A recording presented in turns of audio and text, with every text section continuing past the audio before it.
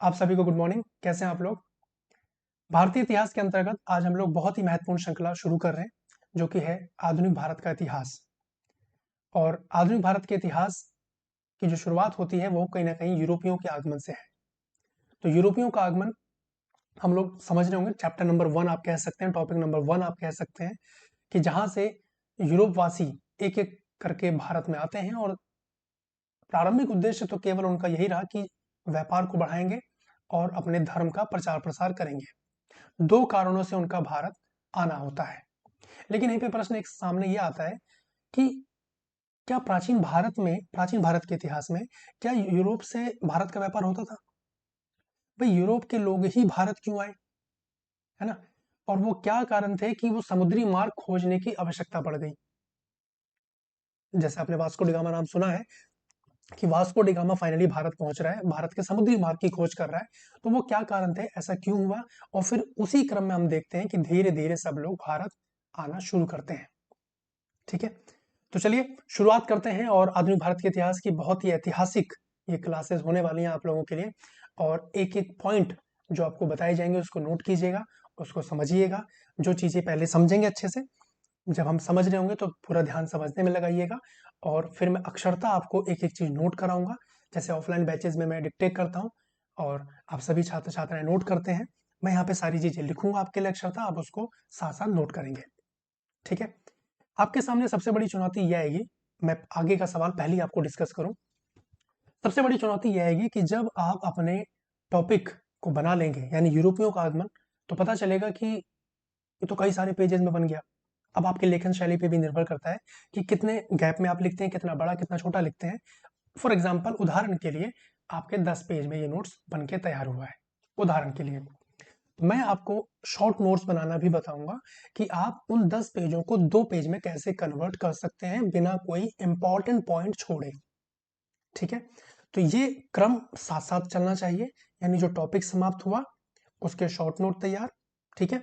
उसके बाद उसके नंबर ऑफ क्वेश्चंस जो आपको दिए जाएँगे, चाहे वो आप कह सकते हैं प्रैक्टिस सेट के साथ में हो, है ना? टेस्ट सीरीज़ के साथ में हो, तो आप ये क्रम क्या करेंगे, थ्योरेटिकल सेक्शन आपने कवर किया, क्वेश्चन सेट किए।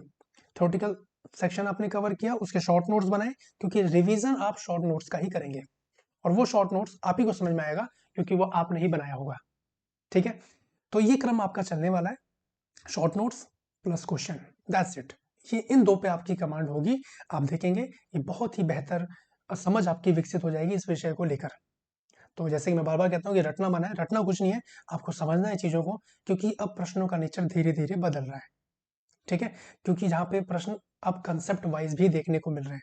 एक तो सिंपल से प्रश्न आप देखते ही हैं जिसको एमसीक्यू बोलते हैं, मल्टीपल चॉइस क्वेश्चन, जहाँ पे आपने देखा कि भारत में पुर्तगाली सत्ता का वास्तविक संस्थापक किसे माना जाता है? सिंपल सा प्रश्न आ गया। लेकिन वहीं पे आ गया कि यूरोपियों के आगमन के क्रम में निम्नलिखित कथनों पे विचार कीजिए। अब आपको पूरे यूरोपियों का आगमन, वो टॉपिक आपका क्लियर होना चाहिए। वहीं पर टाइमलाइन क्वेश्चन भी देखने को आ रहे हैं कि इधर कुछ पॉइंट दिए होंगे और इधर ईयर दिए होंगे। इनको आप क्रम अनुसार लगाइए या इनका मिलान कीजिए, मैचिंग मैचिंग टाइप क्वेश्चन। वहीं पे क्वेश्चन और आपको देखने को मिल रहा है, कथन और कारण। एक स्टेटमेंट दिया होगा, उसका कारण दिया होगा, क्या वो कारण उस कथन को जस्टिफाई कर रहा है? कुछ इस तरीके के प्रश्न आपने जरूर देखे होंगे, और नहीं देखें कोई बात नहीं, परेशान ना हो। हम लोग जब इसके नंबर ऑफ क्वेश्चंस को डिस्कस कर रहे होंगे तो वहां पे भी सारी चीजें सामने आएंगी। बट अभी पूरा का पूरा फोकस आपका इस थ्योरी सेक्शन को समझने में होना चाहिए। ठीक है? हेडलाइन दीजिएगा, यूरोपियों का आगमन, और एक मैप मैं आपके सामने ड्रॉ कर रहा हूं। इसको अपने आप नोट्स में हूबहू ऐसे ही बनाएंगे, ठीक है? ताकि 1 महीने बाद, 1 हफ्ते बाद जब आप उसको रिवाइज कर रहे हो तो क्लास पूरी ताजा आपके सामने हो जाए। ठीक है? हेडलाइन दीजिएगा प्लीज, यूरोपियों का आगमन, और यहीं से हम लोग इसकी शुरुआत करते हैं। यूरोपियों का आगमन, ठीक है जी? यूरोपियों का आगमन, ये हेडलाइन दे दीजिएगा। और अब यहाँ पे एक मैप मैं आपके सामने ड्रॉ कर रहा हूँ, प्लीज उसको समझने का प्रयास करें। मैपिंग से आप लोग परिचित हैं, देशों के नाम से आप लोग परिचित हैं, बस मैं भी ड्रॉ कर रहा हूं और उसी क्रम में आप लोग बनाइएगा प्लीज।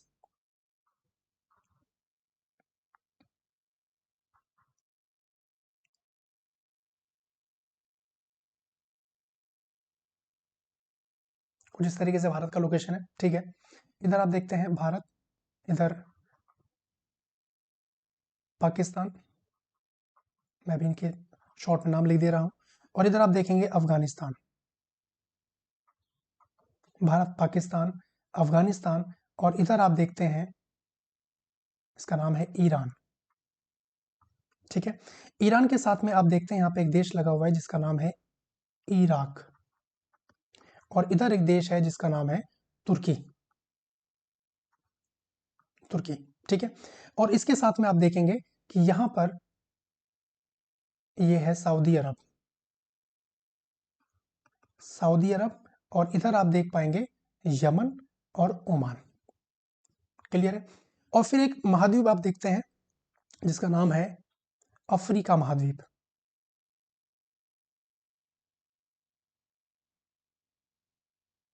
ये कुछ इस तरीके से एक रफली डायग्राम मैं आपके सामने ड्रॉ कर रहा हूं। तो ये आपका हो गया अफ्रीका महाद्वीप। ठीक है, और इधर और ऊपर आएंगे तो यहां देखेंगे आप लोग भूमध्य सागर। भूमध्य सागर, और फिर यहाँ पे यूरोप महाद्वीप के देशों को देखते हैं आप लोग। मैं कुछ नाम लिख रहा हूं, जैसे यहाँ पे एक देखते हैं पुर्तगाल। यहाँ पे पुर्तगाल के साइड में आप देखेंगे मैपिंग अगर देख रहे हो तो यहाँ पे एक देश है स्पेन, यहाँ पे एक देश है इटली, यहाँ पर एक देश है इटली, और ठीक उत्तर की तरफ आप मूव करेंगे तो यहाँ देखेंगे आप लोग फ्रांस, नीदरलैंड, ठीक है, और इधर आप देखेंगे डेनमार्क। डेनमार्क, और इधर आप देखेंगे ब्रिटेन। यहां तक तो पता है आपको, है ना। अब यहाँ पे मैं कुछ नाम लिख रहा हूं, अब उसको ध्यान से देखेंगे प्लीज। यहाँ पर एक आप देख पाते हैं जिसका नाम है फारस की खाड़ी, और यहाँ पर है एक लोकेशन जिसको बोलते हैं लाल सागर। ठीक है, ये है फारस की खाड़ी, और ये है लाल सागर। फारस की खाड़ी, लाल सागर, ये लोकेशन में पता चल गया। अब ध्यान से सुनिएगा प्लीज। प्राचीन भारत के इतिहास की अगर हम बात करें, प्राचीन भारत के इतिहास की, तो भारत का व्यापार यूरोप से होता था। यूरोप में एक देश है जिसका नाम है, यहाँ पे हम देखेंगे रोमन साम्राज्य। यहाँ पे एक देश है रोमन साम्राज्य। मैपिंग क्लियर हो गई, लोकेशन के नाम लिखे हैं मैंने बस अभी। तो प्राचीन भारत के इतिहास में अगर बात करें तो भारत का व्यापार रोमन साम्राज्य से होता था। किस रास्ते के थ्रू? तो ये था फारस की खाड़ी। बेसिकली हम बात करें, भारत आने के दो रास्ते हैं, एक तो फारस की खाड़ी है और एक लाल सागर है, लेकिन सबसे ज्यादा प्रचलित मार्ग जो है वो फारस की खाड़ी ही था, क्योंकि लाल सागर से अगर आएंगे तो ये भूमध्य सागर क्रॉस करना होगा, और यहाँ पे बर्फीली चट्टाने हैं, कोहरा है, धुंध है ना, कई सारी कठिनाइयां हैं, तो जिसके चलते ये फारस की खाड़ी वाला मार्ग प्रचलित था। लेकिन एक घटना मध्यकाल में घटी 1453 ईस्वी में। 1453 ईस्वी में तुर्की ने क्या किया? 1453 ईस्वी में तुर्की ने रोमन साम्राज्य पर आक्रमण किया, और रोमन साम्राज्य की जो राजधानी हुआ करती थी, रोमन साम्राज्य की राजधानी, इसका नाम था कुस्तुनतुनिया।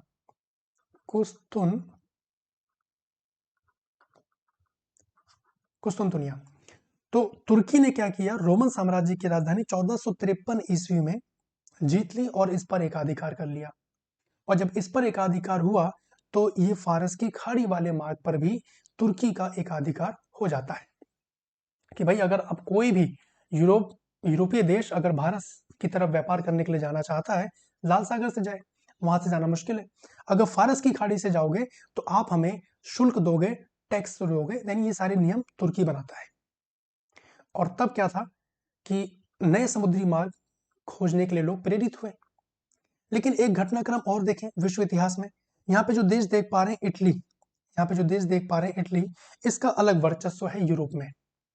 पूरे यूरोप में व्यापार पर एकाधिकार इसने बनाया हुआ है, इटली ने, और जिसके चलते जो अन्य यूरोप के जो देश हैं वो व्यापार से वंचित हैं। और उसी बीच हम देखते हैं कि यूरोप में पुनर्जागरण हो रहा है, और फिर अब धीरे धीरे नए नए समुद्री मार्ग की खोज की शुरुआत हो जाती है। और इसमें सबसे अग्रणी देश के रूप में जो सामने आता है वो है पुर्तगाल। प्रिंस हेनरी द नेविगेटर, पुर्तगाल, ये कहीं ना कहीं भौगोलिक खोजों के लिए अग्रणी माना जाता है पुर्तगाल। ठीक है, तो आई बिलीव यहां तक चीजें समझ पाए होंगे। दो मार्ग हैं, फारस की खाड़ी, लाल सागर। फारस की खाड़ी अवरुद्ध हो गया, राजधानी कुस्तुनतुनिया पर तुर्की का एक अधिकार हो गया। अब नए समुद्री मार्ग की खोज करनी है। भारत कहीं खोया नहीं है, भारत वही है, उसके समुद्री मार्ग को खोज के निकालना है। तो हम देखते हैं कि पुर्तगाल से ही शुरुआत होती है, और पुर्तगाल का एक व्यक्ति है जिसका नाम है बार्टोलोमियो डियास। अब ध्यान से समझिएगा, बहुत ही महत्वपूर्ण पॉइंट आपके सामने डिस्कस होने जा रहा है। तो बार्टोलोमियो डियास 1488 ईस्वी में, 1453 की बात थी, देखिए कितना समय लग गया, और इसी बीच हम देखते हैं कि पुनर्जागरण यूरोप में हो रहा है। ठीक है, बार्टोलोमियो डियास क्या करता है, उसे पता है कि समुद्र में अगर गए तो रास्ता भटक जाएंगे, और भटक गए तो फिर वापस नहीं, पता नहीं कहां पहुंचेंगे, क्योंकि कंपास जैसी कोई भी उपकरण उस समय मौजूद नहीं है।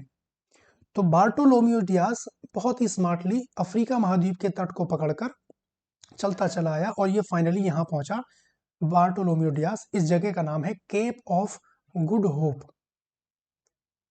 केप ऑफ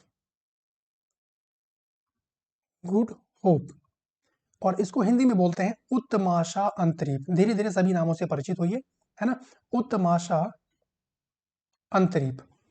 तो जो बार्टोलोमियो डियास है, मैं यहां नाम लिख दे रहा हूं, 1488 ईस्वी में आया है सबसे पहले, जिसका नाम है बार्टोलोमियो डियास। बार्टोलोमियो डियास 1488 ईस्वी में यहां पहुंचा, उसके बाद उसे रास्ता समझ नहीं आया, और फिर ये फाइनली इसी रास्ते वापस चला गया। ठीक है, यहां तक के पॉइंट क्लियर है। अब स्पेन का शासक है जिसका नाम है फर्डिनेंड। स्पेन का शासक है फर्डिनेंड। अब वो बोलता है कि अब मैं समुद्री मार्ग को खुजवाऊंगा, और उसके लिए उसने एक नाविक को पकड़ा जिसका नाम था क्रिस्टोफर कोलंबस, जो कि इटली का निवासी है। अभी ध्यान से सुनिए, सारी चीजें अक्षरता में आपके सामने आपके नोट्स में होंगी, बस अभी समझने पे फोकस लगाइए। बार्टोलोमियो डियास वापस चला गया, नाम ध्यान रखना है, बार्टोलोमियो डियास 1488 में। अब स्पेन का शासक है फर्डिनेंड, जो इटली के एक नाविक हैं जिसका नाम है क्रिस्टोफर कोलंबस, इस पर ये पैसे लगाते हैं। इटली का नाविक, स्पेन शासक फर्डिनेंड, इटली का नाविक अपना जहाज लेकर निकलता है ना। ये अपना जहाज लेकर निकले थे, ये लगभग लगभग सही गए, तट को नहीं छोड़ा ताकि भटक ना जाए, ये मामला चला। तो क्रिस्टोफर कोलंबस 1492 ईस्वी में, 1492 ईस्वी में क्रिस्टोफर कोलंबस 1492 ईस्वी में इटली निवासी है, ध्यान रखें, ये गलती से अमेरिका पहुंच गया, समुद्र के बीच में चला गया और रास्ता भटक गया, और हम ये कह सकते हैं कि गलती से, आप इस चीज को लिखेंगे, मतलब आपके इस ओवरव्यू को जो नोट्स में आप बना रहे हैं इसमें लिखेंगे इसको, है ना, गलती से अमेरिका की खोज कर दी इसने। अमेरिका की खोज का मतलब है कि अमेरिका के समुद्री मार्ग की खोज इसने कर दी। यहां तक का पॉइंट क्लियर है। आशा करता हूं बहुत धीरे धीरे हम लोग चल रहे हैं और एक एक क्रम आप पकड़ रहे होंगे। तो स्पेन का शासक फर्डिनेंड, जिसने इटली के एक नाविक पर पैसे लगाए, उसको बोला कि समुद्री मार्ग खोज के आओ भारत की तरफ, क्योंकि अवरुद्ध हो गया मामला, पहले व्यापार होता था, अब हमें भारत की तरफ ही जाना है। समझ पाए भारत क्यों जा रहे हैं, है ना, क्योंकि भारत की भौगोलिक अवस्थिति ऐसी है, वो चलो वो तो आपका भौगोलिक विषय हो गया, भूगोल के संदर्भ में, बट ठीक है, अब देखेंगे सभी चीज से समृद्ध है भारत देश। तो 1492 में क्रिस्टोफर कोलंबस गलती से अमेरिका पहुंच गया। फिर उसके बाद बारी आई वास्को डिगामा की। वास्को डिगामा अपना जहाज लेकर चलता है, और देखिए पुर्तगाली है, पुर्तगीज है, ये आया वास्को डिगामा। वास्को डिगामा के लिए रास्ता तो तय था, क्योंकि बार्टोलोमियो डियास तय कर चुका था, है ना, ये अपना जहाज लेके गए। कौन? 1400, आप मेंशन करेंगे 1498 ईस्वी में वास्को डिगामा, वास्को डिगामा 1498 ईस्वी में ये निकलते हैं और पहुंच जाते हैं केप ऑफ गुड होप। ये पिंक कलर से मैंने वास्को डिगामा को डिनोट किया ताकि आप भूले नहीं। तो वास्को डिगामा भी यहाँ के स्तब्ध हो गया कि अब मैं क्या करूं, लेकिन इसकी मदद करी एक भारतीय व्यापारी, यहाँ इसको मिल गया, जिसका नाम था इब्न मजीद, है ना, इब्न मजीद। यहाँ पर इस उत्तमाशा अंतरीप में इस वास्को डिगामा को मिल गया इब्न मजीद। है ना, इब्न मजीद जिसको जो था भारतीय व्यापारी, जो कि एक भारतीय व्यापारी था। बस यहीं से काम हो गया। आप देखेंगे कि इब्न मजीद की सहायता से वास्को डिगामा भारत के कालीकट बंदरगाह पहुंचा, जो कि केरल में है ना। वास्को डिगामा पहुंचा 20 मई 1498 को। 20 मई 1498 को वास्को डिगामा पहुंच रहा है कालीकट बंदरगाह। जी हाँ, कालीकट बंदरगाह पहुंचा, और यहाँ पे जो शासक मौजूद है उसका नाम है जमोरिन। उसका नाम है जमोरिन। और इसने इसका स्वागत किया और इससे पूछा, भैया आने का प्रयोजन बताइए, किस उद्देश्य से आए हैं। तो वास्को डिगामा ने बताया कि हम मसाला व्यापार को ध्यान में रख के यहाँ पे आए हैं और हम चाहते हैं कि आपके साथ मसाला व्यापार हम लोग करें, उसकी अनुमति आप हमें दीजिए। तो जमोरिन जो है वास्को डिगामा को मसालों के व्यापार की अनुमति देता है। बेसिकली काली मिर्च का मसाला जो था ये ले जा रहा था। अब एक चीज और समझिए, एक कड़ी और समझिए। यहाँ पर एक देश है अफ्रीका महाद्वीप में जिसका नाम है मिस्र। इससे परिचित हैं आप। यहाँ पे हो गया, यहाँ पे आप देखते हैं अरब सागर, है ना। यहाँ पर है अरब सागर, ये अरब सागर है। इधर आप देखते हैं गुजरात है, इधर आप देखेंगे गोवा है, इधर आप देखेंगे ईरान है। तो जब जमोरिन ने ये अनुमति दी कि ठीक है वास्को डिगामा पहुंच चुका है, वास्को डिगामा का जहाज, तो ये जो अरब वासी हैं, मिस्र के निवासी हैं और जो अन्य इधर के क्षेत्र के लोग हैं, इन्होंने आपत्ति जताई कि हमारे साथ व्यापार नहीं हो रहा है, उसके साथ व्यापार कर रहे हैं, कुछ इस तरीके से आप समझ पाए। तो बहरहाल, तो जब वास्को डिगामा यहाँ से अनुमति लेके गया और व्यापार करने के क्रम में आप देखेंगे जब मसाला लेके गया तो सभी खर्चे निकालने के बाद, मैंने क्या कहा, सभी खर्चे निकालने के बाद, सभी खर्चे निकालकर इसको हुआ 60 गुना मुनाफा। 60 गुना मुनाफा हुआ इसको, पुर्तगाल को, वास्को डिगामा को। और जब ये जानकारी यूरोप के अन्य देशों को पहुंची तो फिर क्या था, फिर सब भारत आने के लिए प्रेरित हुए। और भारत आगमन के क्रम में हम देखेंगे सबसे पहले पुर्तगाल आए, उन सब के ऊपर हम लोग बात कर रहे होंगे। लेकिन आने का केवल दो ही कारण है, भारत में आने के केवल दो ही कारण हैं। एक था व्यापारिक, और एक था धार्मिक, कि भाई व्यापार भी करेंगे और अपने धर्म का प्रचार प्रसार भी करेंगे, ईसाई धर्म का प्रचार प्रसार। ठीक है, अब यहां तक तो हो गया।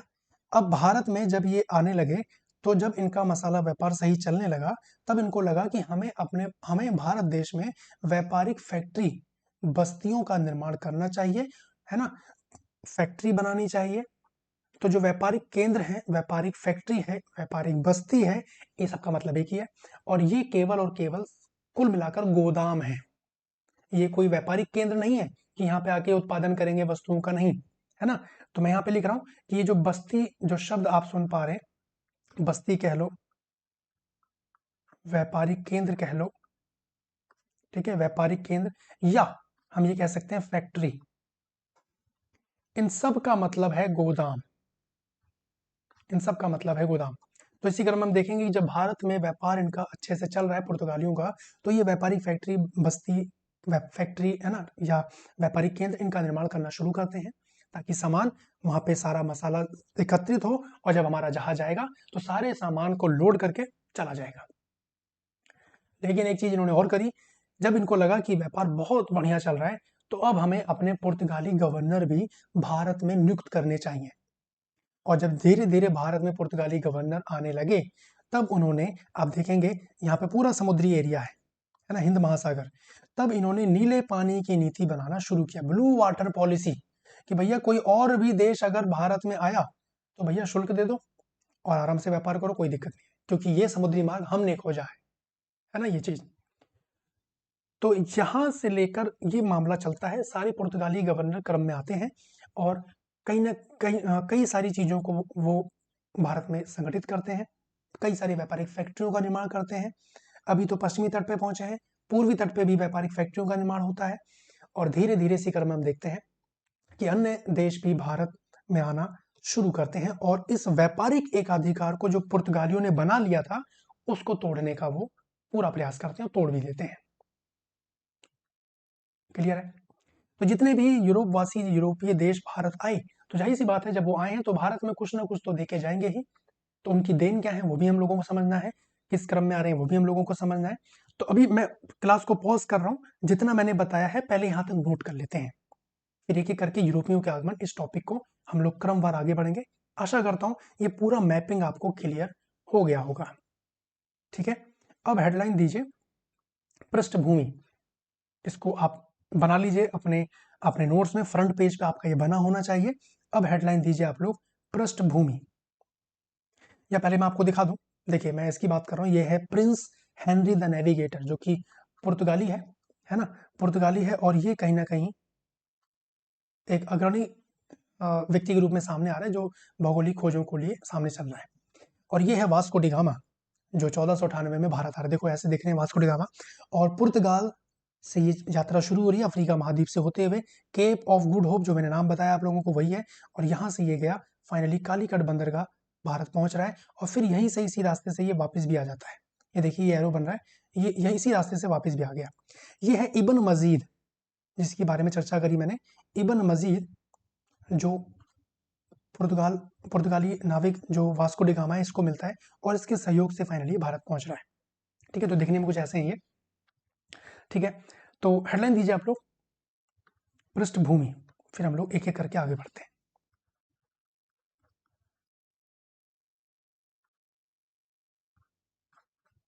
हेडलाइन दीजिएगा पृष्ठभूमि, और इसमें लिखें कि प्राचीन काल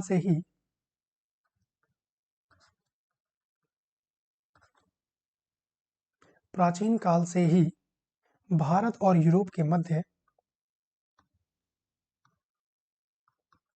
भारत और यूरोप के मध्य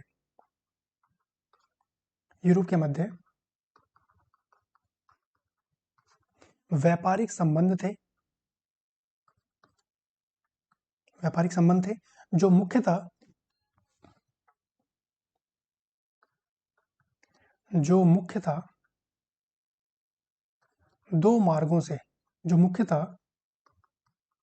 दो मार्गों से होते थे। जहां तक मैंने मैपिंग समझाई पहले वहां तक नोट कर लेते हैं, फिर इसी क्रम में आगे बढ़ेंगे। तो प्राचीन काल से ही भारत और यूरोप के मध्य व्यापारिक संबंध थे, जो मुख्यतः दो मार्गों से होते थे। पहला मार्ग आपको पता चल गया है, फारस की खाड़ी,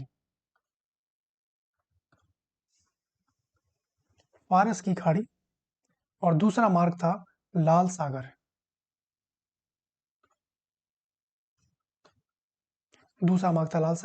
और जैसे मैंने बताया कि जो फारस की खाड़ी है ये सर्वाधिक प्रचलित मार्ग था, ब्रैकेट में लिख लेंगे, सर्वाधिक प्रचलित मार्ग था। और जो ये है ये एक कठिन मार्ग,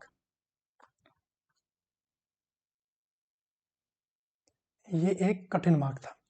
ठीक है, अब उसके बाद लिखें कि ज्यादातर व्यापार फारस की खाड़ी, लिखें ज्यादातर व्यापार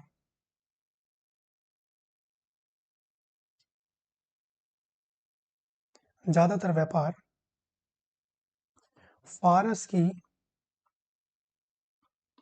खाड़ी वाले मार्ग से होता था, जिसे अधिक प्राथमिकता दी जाती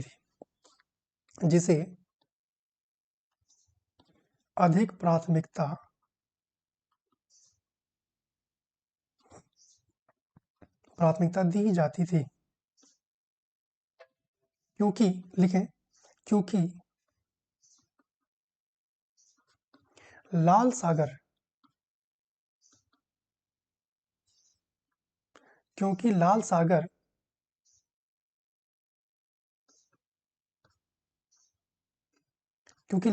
वाला मार्ग दो कारणों से, मैं बोल भी रहा हूं साथ साथ और आपके सामने शब्द भी लिख दे रहा हूं ताकि आपको कोई असुविधा ना हो कि मैं नहीं लिख पाई, तो मैं साथ साथ लिख रहा हूं, आप भी साथ साथ लिखने का प्रयास करें, है ना। वीडियो को पॉज कर लेंगे, अगर आपको लगे मैं तेज चल रहा हूं तो वहीं पे उसको नोट कर लेंगे। तो ज्यादातर जो व्यापार है वो फारस की खाड़ी वाले मार्ग से होता था, जिसे अधिक प्राथमिकता दी जाती थी, क्योंकि लाल सागर वाला मार्ग दो कारणों से दुष्कर था,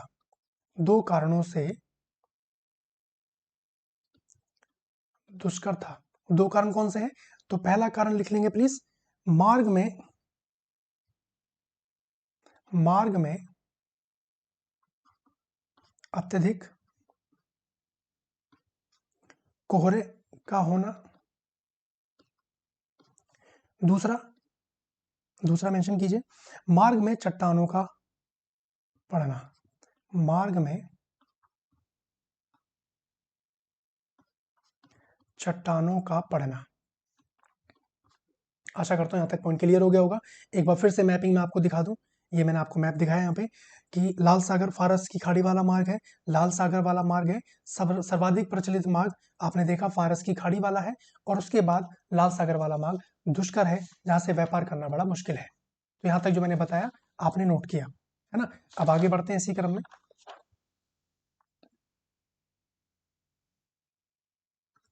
नोट कर लिए हैं?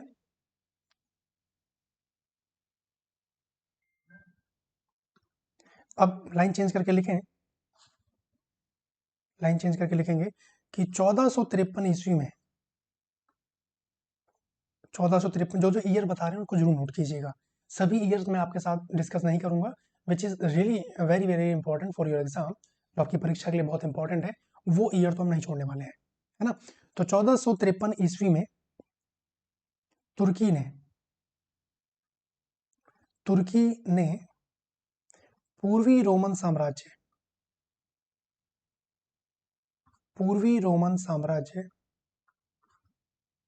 की राजधानी, पूर्वी रोमन साम्राज्य की राजधानी जो मैंने आपको बताई थी कुस्तुनतुनिया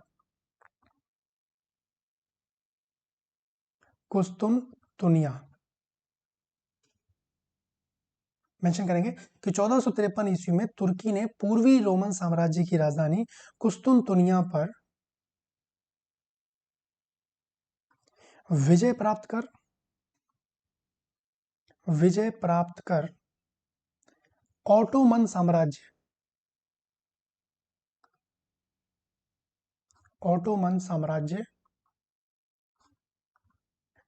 की स्थापना की। इन्होंने अपना एक साम्राज्य स्थापित किया जिसको कहा गया ऑटोमन साम्राज्य की स्थापना की। ये इंपॉर्टेंट है। ऑटोमन साम्राज्य कौन कर रहा है? तुर्की कर रहा है। कहाँ?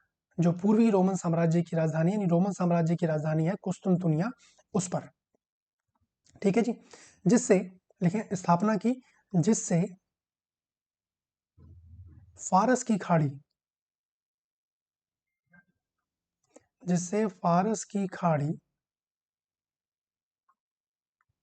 फारस की खाड़ी वाले मार्ग पर इनका नियंत्रण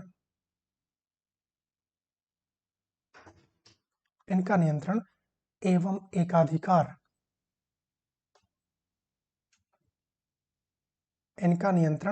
एकाधिकार स्थापित हो गया।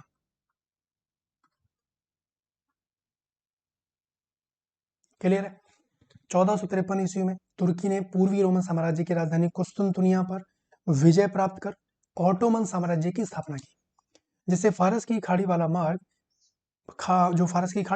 है, इस पर इनका नियंत्रण एवं एकाधिकार स्थापित हो गया। अब ऐसी स्थिति में, लाइन चेंज करके लिखें, अब ऐसी स्थिति में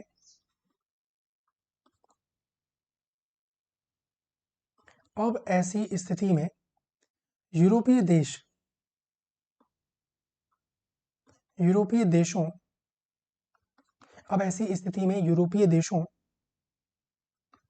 देशों का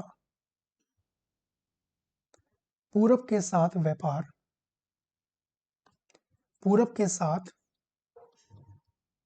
व्यापार बाधित हो गया।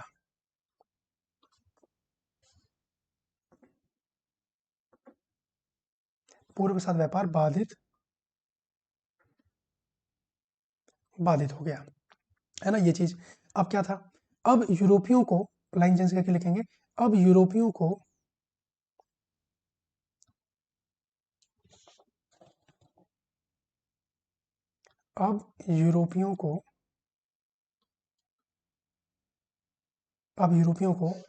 एक नए समुद्री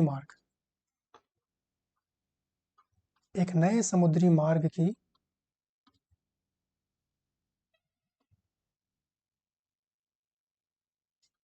आवश्यकता थी। क्लियर यहां तक के पॉइंट? फारस की खाड़ी वाले मार्ग पर तुर्की का एक अधिकार हो गया है और जो पूर्व के साथ व्यापार चल रहा था वो बाधित हो गया और अब यूरोपियों को एक नए समुद्री मार्ग की आवश्यकता यहाँ दिखाई देती है। तो जो मैंने आपको इटली के संदर्भ में बताया कि पूरे यूरोप में उसका वर्चस्व चल रहा है, उसके चलते कोई अन्य देश वहाँ व्यापार नहीं कर पा रहा है, फिर वो भी एक कारण रहा और फिर जो यूरोप में पुनर्जागरण हुआ वो भी कहीं ना कहीं एक कारण के रूप में दिखाई देता है। ठीक है जी, इसको भी देख लेते हैं, नोट कीजिएगा प्लीज यहाँ तक। लाइन चेंज करके लिखें, वहीं दूसरी तरफ वहीं वहीं दूसरी तरफ यूरोप के लिखें, वहीं दूसरी तरफ यूरोप के व्यापार में इटली वहीं दूसरी तरफ यूरोप के व्यापार में इटली के व्यापारियों का इटली के व्यापारियों का एकाधिकार इटली के व्यापारियों का एकाधिकार एकाधिकार था। इसके कारण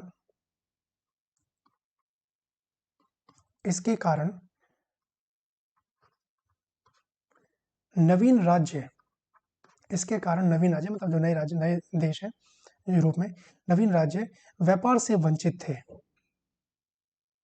व्यापार से वंचित थे।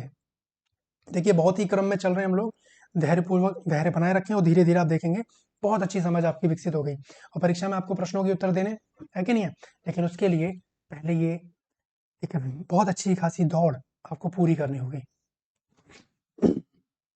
ठीक है जी, तो वहीं दूसरी तरफ यूरोप के व्यापार में इटली के व्यापारियों का एक अधिकार था और इसके कारण जो नवीन राज्य हैं वो व्यापार से वंचित है। फिर हम यही देखते हैं कि मध्यकाल में जो तुर्की ने पूर्वी रोमन साम्राज्य पर एकाधिकार किया, ओटोमन साम्राज्य की स्थापना की। उसी मध्यकाल में हम देखते हैं कि यूरोप में पुनर्जागरण शुरू होता है, वहीं से कहीं ना कहीं प्रेरणा मिलती है कि अब हमें नए समुद्री मार्ग को खोजना चाहिए। नोट कर लिया यहाँ तक? लाइन चेंज करके लिखेंगे कि मध्यकाल के अंत में, लाइन चेंज करके लिखें,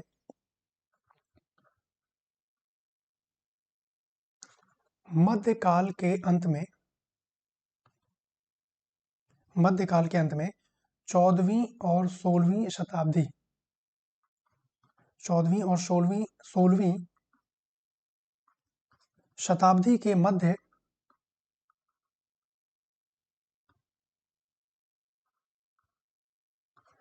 के मध्य यूरोप में पुनर्जागरण होता है।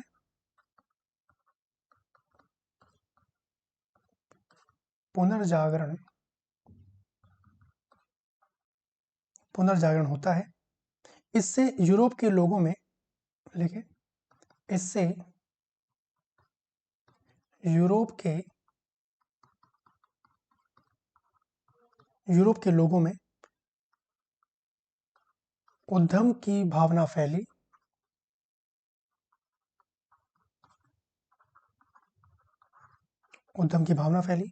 उनमें कुछ करने का जुनून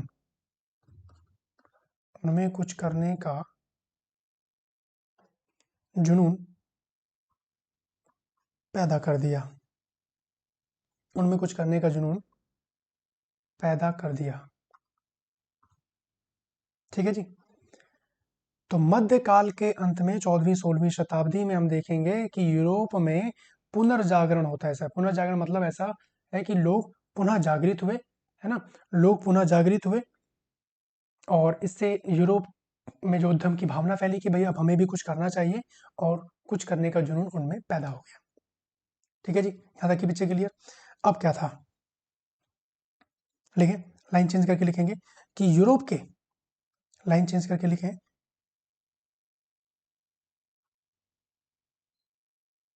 यूरोप के पुनर्जागरण ने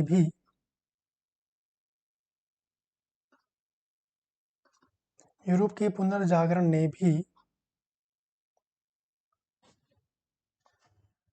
यूरोप के पुनर्जागरण ने भी यूरोपियों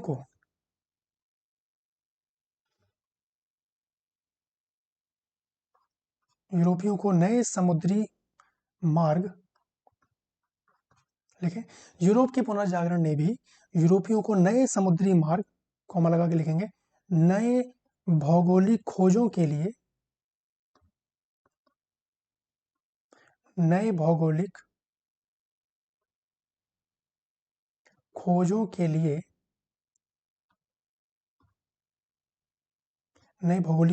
लिए प्रेरित किया।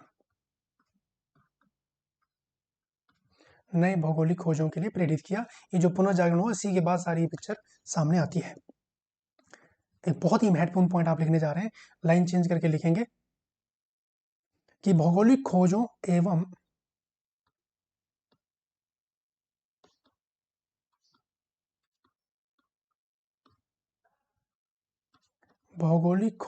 एवं व्यापारिक मार्गों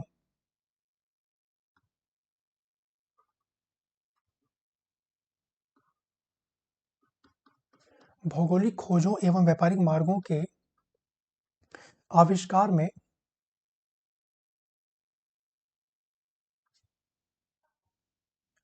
में पुर्तगाली अग्रणी थे। पुर्तगाली अग्रणी थे। फिर लिखें यहाँ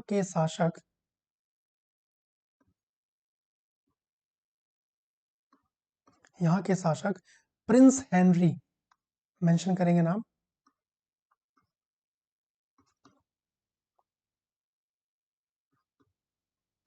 Prince Henry the navigator.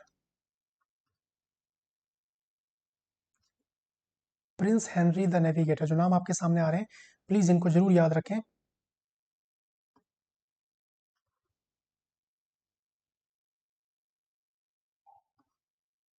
Prince Henry the navigator, यहाँ का शासक था प्रिंस हेनरी द नेविगेटर ने इस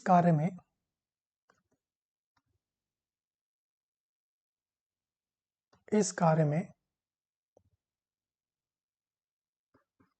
महत्वपूर्ण भूमिका या महत्वपूर्ण योगदान दिया, आप कह सकते हैं महत्वपूर्ण योगदान दिया। तो आशा करता हूं यहां तक पॉइंट क्लियर हो गए होंगे कि कैसे यूरोप में पुनर्जागरण हो रहा है, किस तरीके से नए समुद्री मार्ग को खोजे जाने की कवायद शुरू हो गई है, भौगोलिक खोजों के लिए प्रेरित हो रहे हैं यूरोपवासी, और इसमें जो पुर्तगाल है वो कहीं ना कहीं नंबर 1 पे दिखाई देता है, अग्रणी दिखाई दे रहा है, क्योंकि जो यहाँ का शासक है वो है प्रिंस हेनरी द नेविगेटर, जो महत्वपूर्ण योगदान दे रहा है समुद्री मार्ग के खोज के लिए। नोट कीजिएगा यहाँ तक, फिर आगे बढ़ते हैं। अब भारत ही क्यों आ रहे हैं? क्योंकि पहले व्यापार हुआ करता था। लाइन चेंज करके लिखेंगे, नोट कीजिए प्लीज यहाँ तक, लाइन चेंज करके लिखें कि भारत की भौगोलिक स्थिति के कारण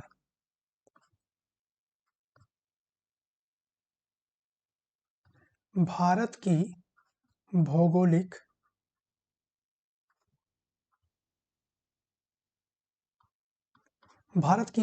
स्थिति के कारण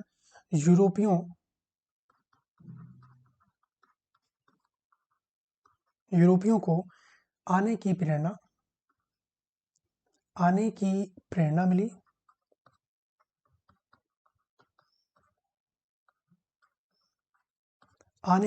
मिली। है ना, लाइन चेंज करके लिखें, यूरोपियों के भारत आने का यूरोपियों के भारत आने का कारण आर्थिक एवं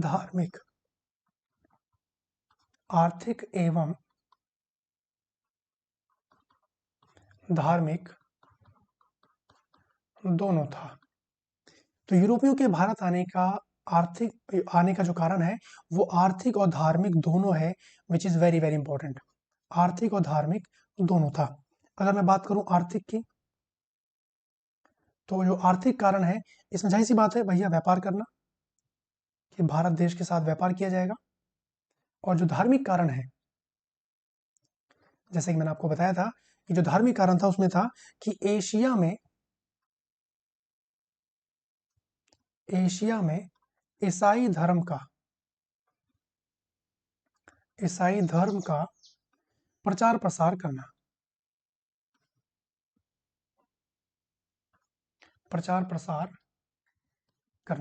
यहाँ तक के पॉइंट क्लियर है। तो भारत की भौगोलिक स्थिति के कारण ही यूरोप वासी जो हैं भारत आने के लिए प्रेरित हो रहे हैं, क्योंकि भारत एक समृद्ध देश है, सोने की चिड़िया, आपने सुना है। तो यूरोपियों के भारत आने का जो मोस्ट इंपॉर्टेंट कारण था वो था आर्थिक और धार्मिक। शुरुआत में केवल व्यापार के उद्देश्य से ही भारत आ रहे हैं, और भारत में, या आप कह सकते हैं एशिया में, अपने ईसाई धर्म के प्रचार प्रसार के लिए ये भारत विजिट कर रहे हैं। ठीक है जी। अब जो पुर्तगाली जिन्होंने भौगोलिक खोजों के लिए सामने आए, यहाँ पे जो हमने एक नाम देखा जिसका नाम था प्रिंस हेनरी द नेविगेटर। अब आप देखते हैं कि वास्को डिगामा जो भारत विजिट कर रहा है इसी के टाइम पीरियड में, और हम देखते हैं कि 60 गुना मुनाफा सभी खर्चे निकालने के बाद 60 गुना मुनाफा कमाता है, और फिर कहीं ना कहीं जो अन्य यूरोपीय देश हैं वो प्रेरणा ले रहे हैं, और फिर वो उसी क्रम में भारत आते हैं। लाइन चेंज करके लिखिए प्लीज, लाइन चेंज करके लिखेंगे कि पुर्तगालियों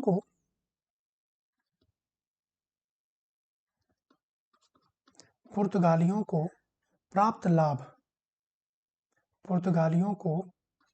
लाभ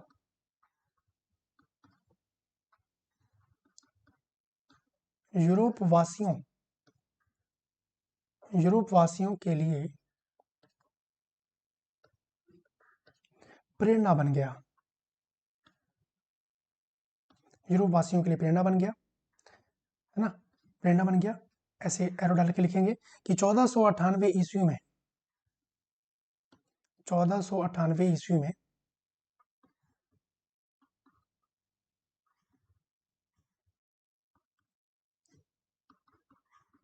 वास्को डिगामा, जो कि एक पुर्तगीज है,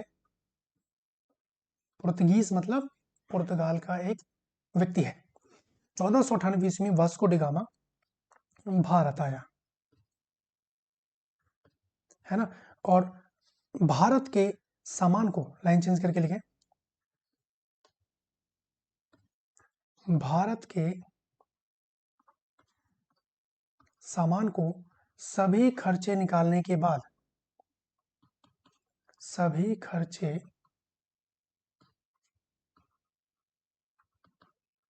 खर्चे निकालने के बाद 60 गुना मुनाफा, 60 गुना मुनाफा, आप ये कह सकते हैं 60 गुना अधिक मूल्य पर बेचा, 60 गुना अधिक मूल्य पर बेचा, अधिक मूल्य पर बेचा। लाइन चेंज करके लिखिए, यूरोपीय देश यह देखकर, यूरोपीय देश यह देखकर एवं प्रेरित होकर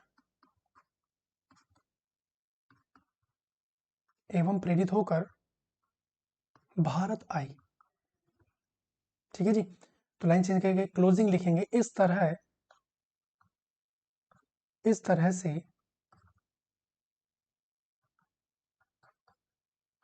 आर्थिक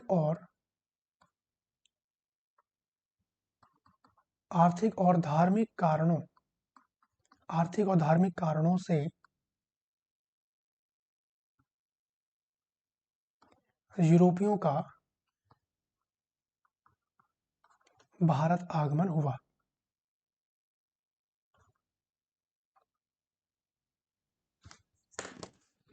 और फिर इसी क्रम में हम देखें पुर्तगाल, डच, अंग्रेज, डैनिश, फ्रांसीसी इस क्रम में भारत आते हैं।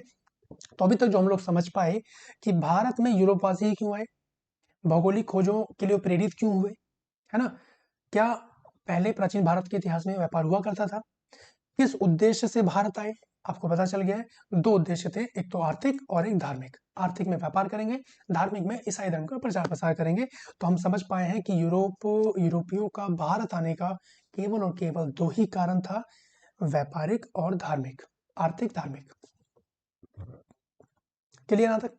अब यहाँ पे भी आपको कुछ फैक्चुअल पॉइंट मिल सकते हैं प्रश्नों के रूप में कि तुर्की ने पूर्वी रोमन साम्राज्य की राजधानी, किस राजधानी को अपने ऑटोमन साम्राज्य में स्थापित किया? तो आपको दुनिया आंसर देंगे कब? 1453 ईस्वी में।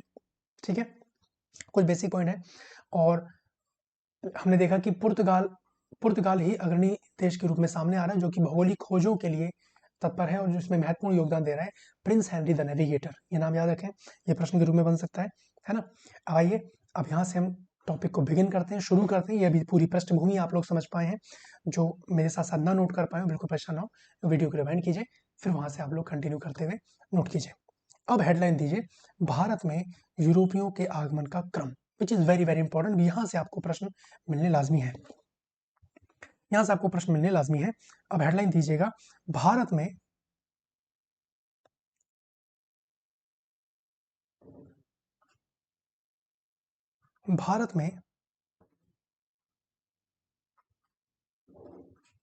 यूरोपियों यूरोपियों के आगमन, भारत में यूरोपियों के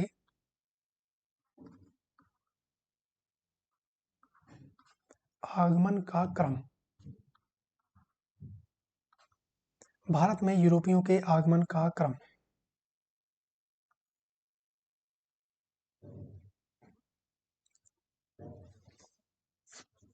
क्लियर है? चलिए,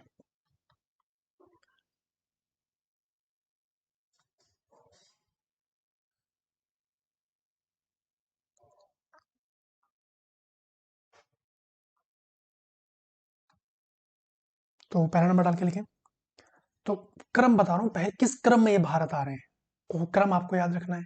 यहाँ पे कैसे प्रश्न बन सकते हैं उसके ऊपर भी बात करेंगे। तो पहले नंबर पे हमें ध्यान रखना है भाई, कौन आ रहा है? पुर्तगाल।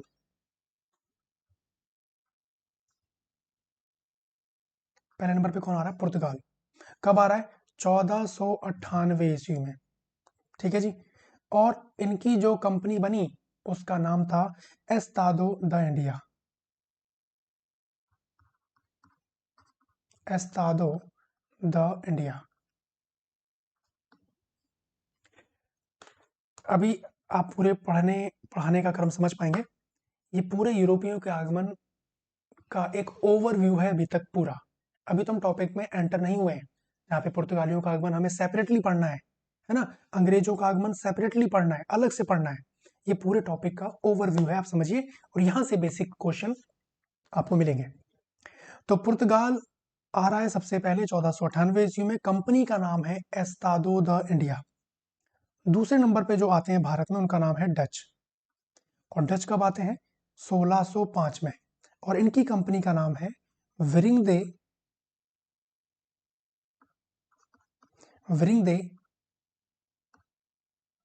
ओस्ट इंडिसे, ओस्ट इंडिसे।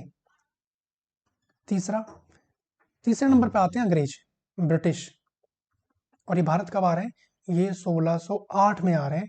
और इनकी कंपनी का नाम आपको ध्यान रखना है। मैं भी आपको बताऊंगा कैसे प्रश्न यहां से बन सकते हैं, बट पहले चीजों को मेंशन कीजिए। तो इनकी कंपनी का नाम है the governor and company, the governor and company of of merchant of London,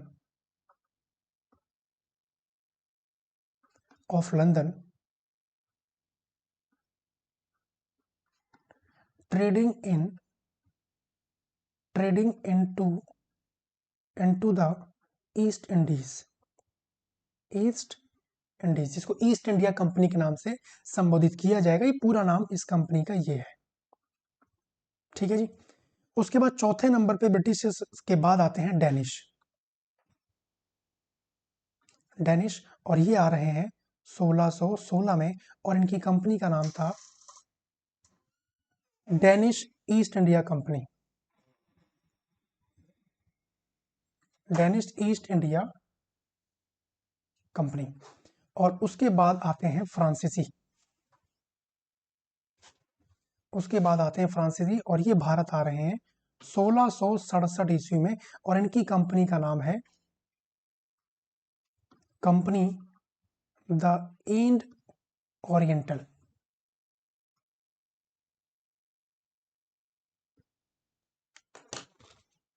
clear है यहां तक की पिक्चर? तो इस क्रम में ये भारत आ रहे हैं। पुर्तगाल 1498, एस्तादो द कंपनी। डच 1605, विरिंग दे ओस्ट इंडिशे। ब्रिटिशर्स 1608 में, कंपनी का नाम है the governor and company of merchant of London trading into the East Indies. ये नाम कैसे पड़ा? जब अंग्रेजों का आगमन समझ रहे होंगे तो वहां पे और क्लियर हो जाएगा। डेनिश 1616 में, डेनिश ईस्ट इंडिया कंपनी। और फ्रांसीसी आ रहे हैं 1667 में, कंपनी द इंड ओरिएंटल, है ना। ये चीज इसको ब्रैकेट में लिख लो आप, ईस्ट इंडिया कंपनी, EIC कह सकते हैं। अच्छा, अब यहाँ पे सबसे महत्वपूर्ण पॉइंट, ये तो हो गए इनके आने का क्रम कि किस क्रम में भारत आए हैं, लेकिन यहाँ पे आपको ध्यान देना है इनकी स्थापना कब हो रही है। इन कंपनी की स्थापना कब हो रही है? 1498 में कंपनी भारत आई, 1498 में ही पुर्तगाल आए और इनकी कंपनी की भी स्थापना हो रही है। डच आए 1605 में, लेकिन इनकी कंपनी बन चुकी थी 1602 में। 1608 में ब्रिटिशर्स आए हैं, लेकिन इनकी कंपनी बन गई थी 1600 में ही। तो आप देखेंगे कि डच से पहले कंपनी बन गई है ब्रिटिशर्स की, लेकिन भारत आ रहे हैं डच पहले। ध्यानपूर्वक देखिए, डेनिश, इनकी कंपनी की स्थापना हो रही है 1616 में ही, 1616 में ही। और जो फ्रांसीसी है, इनकी कंपनी की स्थापना हो रही है 1664 में। ये इनके स्थापना के ईयर